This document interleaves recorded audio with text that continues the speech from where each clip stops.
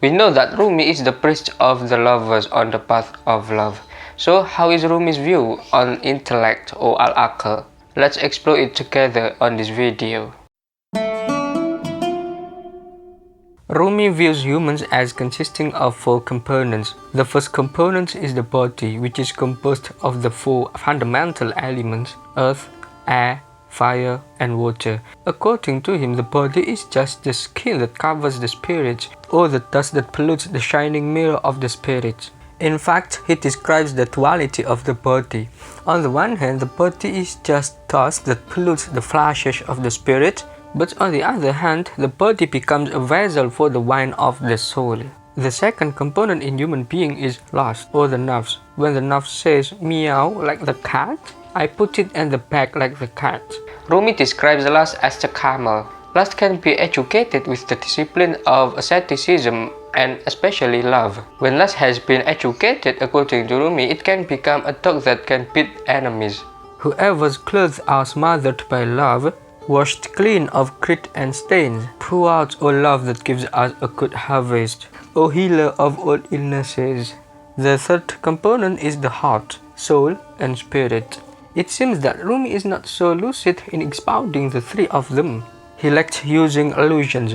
According to him, the soul is like a candle lit by divine fire. The soul is also likened to be a beautiful child in the cradle of the body, as well as a mother who resides in the body's house. And once the soul leaves, death arrives.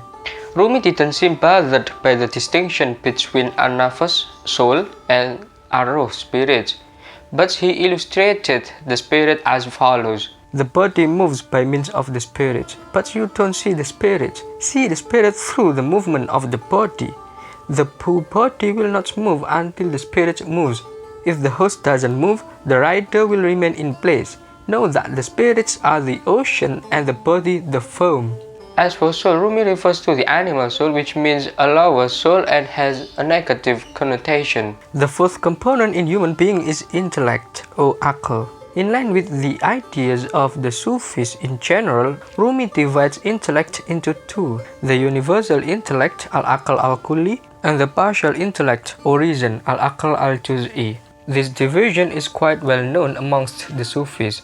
Rumi himself was in fact aware of the difference between partial and universal intellect. The universal intellect in Rumi's view has positive meaning. He emphasizes the negative aspects of humans' partial intellect or reason, which is merely a curtain and a barrier to reach divine realities. In fact, the universal intellect illuminates the horizons, while the partial intellect blackens the books of action. According to Rumi, the partial intellect, reason, is made of the light, but must be based on the universal intellect. The relationship between the universal intellect and the partial intellect was not explained more theoretically by Rumi, considering the fact that he was not a theorist like philosophers. The intellect is of two kinds. The first is acquired. You learn it like a boy at school, from books, teachers, reflection and notes, from concepts, and from excellence and new sciences. Your intellect becomes greater than that of others, but you are heavily burdened because of your acquisition. The other intellect is a gift of God. Its fountainhead lies in the midst of the spirit. When the water of knowledge bubbles up from the breast, it will never become stagnant, old, or discolored. If the way to its outset source should become blocked, there is no reason to worry, since the water keeps on bubbling up from within the house. The acquired intellect is like a stream let into a house from outside.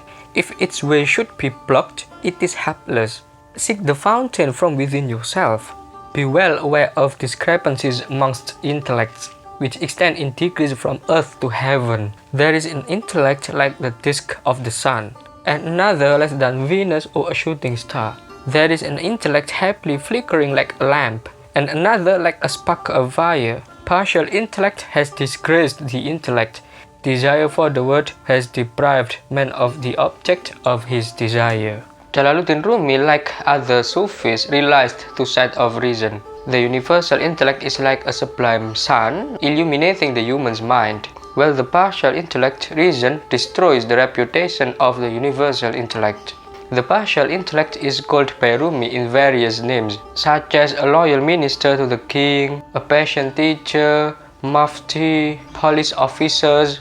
Rumi said, "Know that the branches of love rise in the mortal world, and their roots are buried in the afterlife.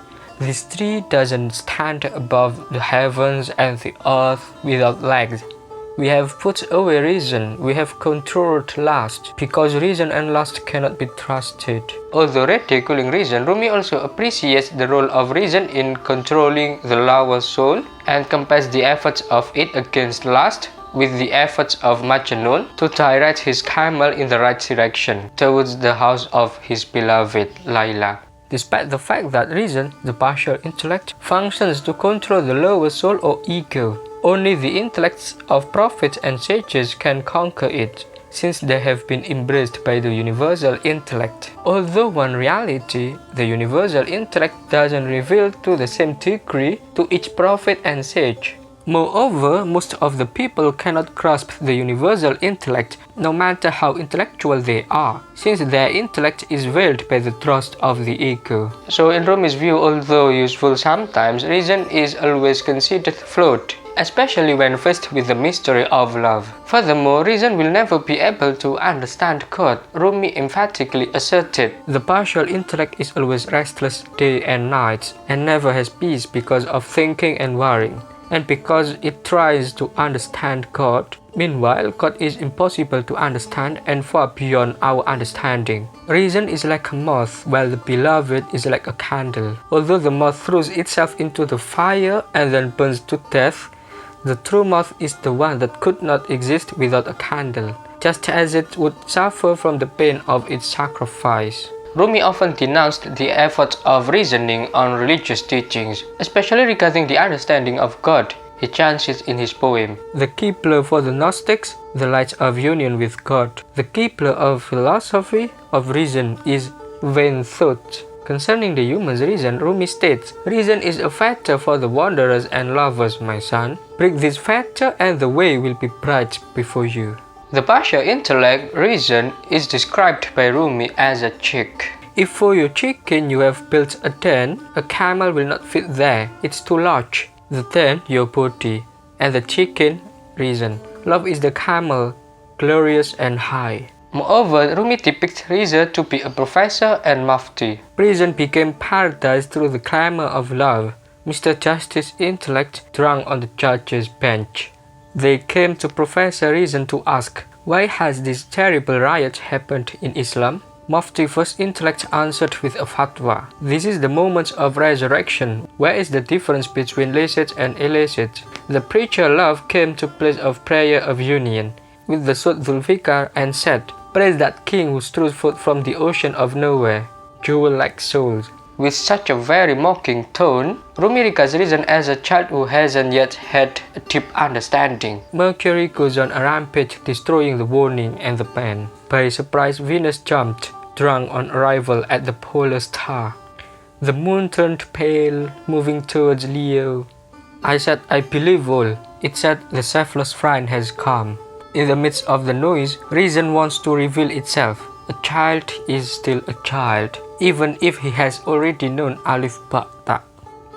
Actually, previously Rumi was a devotee of reason. He was a scholar or a professor in his time who was romping with books. Rumi was also a theologian who clung to reason. However, since he met his spiritual friend Shamsuddin Tabriz, the religious son of Tabriz, as a form of love, the meeting cut the reach of Rumi's mind and then hit and crushed into Rumi's consciousness, as if Shamsuddin was sent to kindle the fire of love.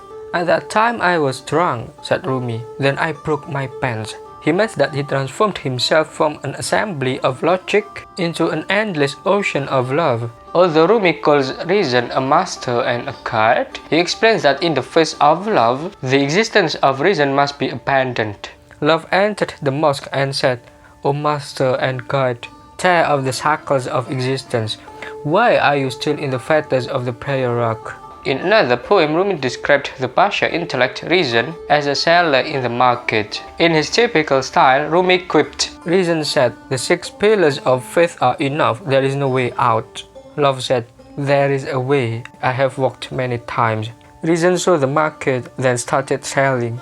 Love saw many markets behind the market of reason. The weakness of reason, the partial intellect, is actually evident from what it gets. All forms, structures, theories, concepts, and the like formulated by the partial intellect are basically not new. Basically are things they have seen and learned before. What can produce something truly new is not the partial intellect, but the universal intellect. The partial intellect needs a teacher, and the universal intellect is its teacher. The philosopher is in bondage to intellectual concepts. The pure saint is mounted upon the intellect of intellect. The intellect of intellect is kernel, your intellect the husk. The stomachs of animals are always seeking husks. The seeker of the kernel has 100 loathings for the husk. In the eyes of the goodly saints, the kernel alone is truly awful. Since the skin of the intellect gives 100 proofs, how should the universal intellect ever take a step without certainty? Rumi famously compared the cold rationalism of philosophy to a man with wooden legs, saying the feet rationalists are wooden legs are unsteady. Thanks for watching, drop in again.